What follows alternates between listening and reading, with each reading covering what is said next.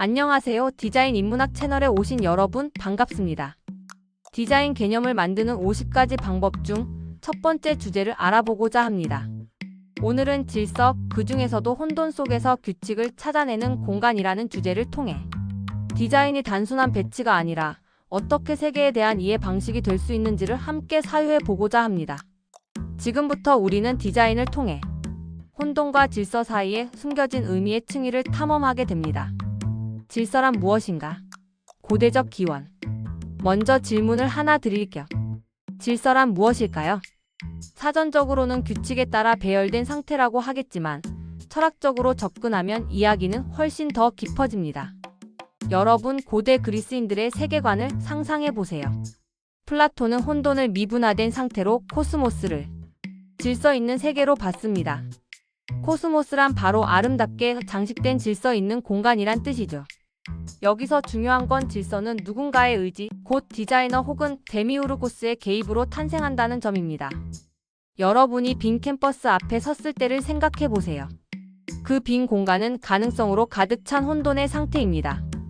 여러분의 창조적 개입이 바로 그 공간에 질서를 부여하는 순간이죠. 공간이 질서를 갖는다는 건 곧 그 공간이 해석 가능한 세계로 구성되었다는 의미입니다. 즉, 질서는 단지 물리적 구조가 아니라 의미를 부여하는 형식적 장치인 것이죠. 질서를 만드는 디자인 구조의 언어. 자, 그럼 디자인에서의 질서는 어떻게 작동할까요? 여기서 디자인은 단순히 보기 좋게 만드는 기술이 아닙니다. 여러분이 그래픽 디자인에서 그리드 시스템을 사용하는 것은 단지 예쁘게 보이기 위해서가 아니라 정보를 이해 가능하게 만들기 위함이죠. 오히려 디자인은 혼돈 상태의 요소들 사이에서 보이지 않는 논리적 패턴과 의미의 관계를 짜는 언어적 행위라고 할 수 있어요. 가령 여러분이 프로젝트를 할 때, 한 전시 공간에서 동선이 자연스럽게 이어지도록 벽체를 배치할 때, 한 도시광장에서 사람들의 활동을 유도하기 위해 벤치와 나무를 배열할 때, 이건 모두 질서의 구조를 설계하는 행위입니다. 여러분은 단순히 물건을 놓는 것이 아니라 경험의 문법을 만드는 것이죠. 이러한 질서는 때로는 보이지 않는 상징체계로서 좌우대칭, 비례, 반복을 의미하는데 때로는 이동의 리듬이나 시간성의 흐름으로 경험되기도 합니다. 건축과 공간 디자인을 전공하는 여러분이라면 빌딩 파사드의 비례 체계나 콘크리트 패널의 반복 패턴이 어떻게 읽히는 건물을 만드는지 이해할 수 있을 겁니다. 현대적 해석, 질서 대 감각적 혼란. 그러나 현대 디자인에서 질서는 더 이상 절대적인 가치가 아닙니다. 램 쿠라스는 델리리어스 뉴욕에서 도시의 질서는 무질서한 충돌 속에서 스스로 생성된다고 말합니다. 여러분이 즐겨 찾는 홍대나 이태원 같은 지역을 생각해 보세요. 계획된 질서가 아니라 자연 발생적 혼돈 속에서 새로운 문화적 질서가 생성되고 있지 않나요? 즉, 질서는 주어지는 것이 아니라 생성되고 협상되며 구성되는 것이라는 것이죠.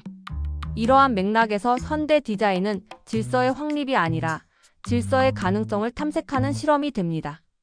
여러분이 작업실에서 형태를 실험할 때 완벽한 대칭을 추구하기보다 의도적 비대칭을 통해 새로운 균형을 찾아가는 과정이 바로 그것입니다. 이때 공간은 규칙이 부과되는 그릇이 아니라 사용자와 함께 구성되는 감각적이고 의미론적인 실험장이 되죠.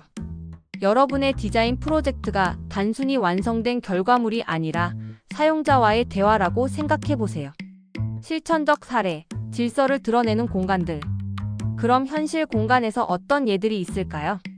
도쿄의 지하철. 혼란스러워 보이는 노선도 속에서도 도시의 구조적 질서가 드러나죠. 여러분이 처음 도쿄를 방문했을 때 느꼈을 복잡함, 그러나 며칠 지나면서 발견하게 되는 그 속의 논리. 디자인은 여기서 시각적 혼돈을 해석 가능한 구조로 번역합니다. 미니멀리즘 갤러리 디자인. 작품이 돋보이도록 만든 비어있음의 질서. 여러분이 포트폴리오를 만들 때도 마찬가지죠. 적절한 여백은 단순한 빈 공간이 아니라 의미를 강조하는 장치입니다. 보이지 않는 벽 간격과 동선이 사용자로 하여금 의미 있는 감각을 유도합니다. 전시 공간의 주제 배열. 큐레이터는 이야기를 엮듯 순서와 배치를 통해 서사적 질서를 구성합니다. 여러분이 졸업 전시를 기획할 때 단순히 작품을 나열하는 것이 아니라 이야기를 만드는 과정이 바로 이것이죠. 이건 곧 디자인을 통한 생각의 지도인 셈이죠. 질문을 던지는 디자인 질서가 아닌 사유를 유도하라. 오늘 우리가 말한 질서는 단지 눈에 보이는 구조가 아닙니다. 그것은 사유의 방식이며 감각의 조건이고 나아가 우리가 세계를 어떻게 이해하고자 하는가에 대한 태도입니다. 여러분이 디자이너로서 성장해가는 과정에서 다음의 질문을 끊임없이 던져보세요. 내가 만드는 이 공간의 질서는 누구를 위한 것인가? 내 디자인의 질서는 사용자의 감각적 자유를 억압하는가? 아니면 새로운 사유를 열어주는가? 내가 만드는 질서는 정말 창조적 질서인가? 아니면 단지 권위의 은폐인가?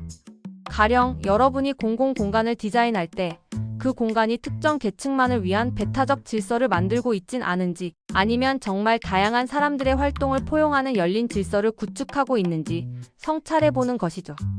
질서란 결국 사유의 문법이다. 오늘 이야기한 혼돈 속에서 규칙을 찾아내는 공간으로서의 디자인은 단순한 정돈의 문제가 아니라 존재와 인식의 조건을 설계하는 일이었습니다. 여러분의 다음 프로젝트에서 보기 좋은 배치를 넘어 의미 있는 관계를 만들어 보세요. 그것이 바로 디자인으로 사유한다는 것의 본질입니다. 다음 시간엔 두 번째 주제, 시간성에 대한 주제로 찾아뵐게요. 구독과 좋아요, 그리고 여러분의 사유를 담은 댓글은 이 공간을 더 풍요롭게 만들어 줍니다. 감사합니다.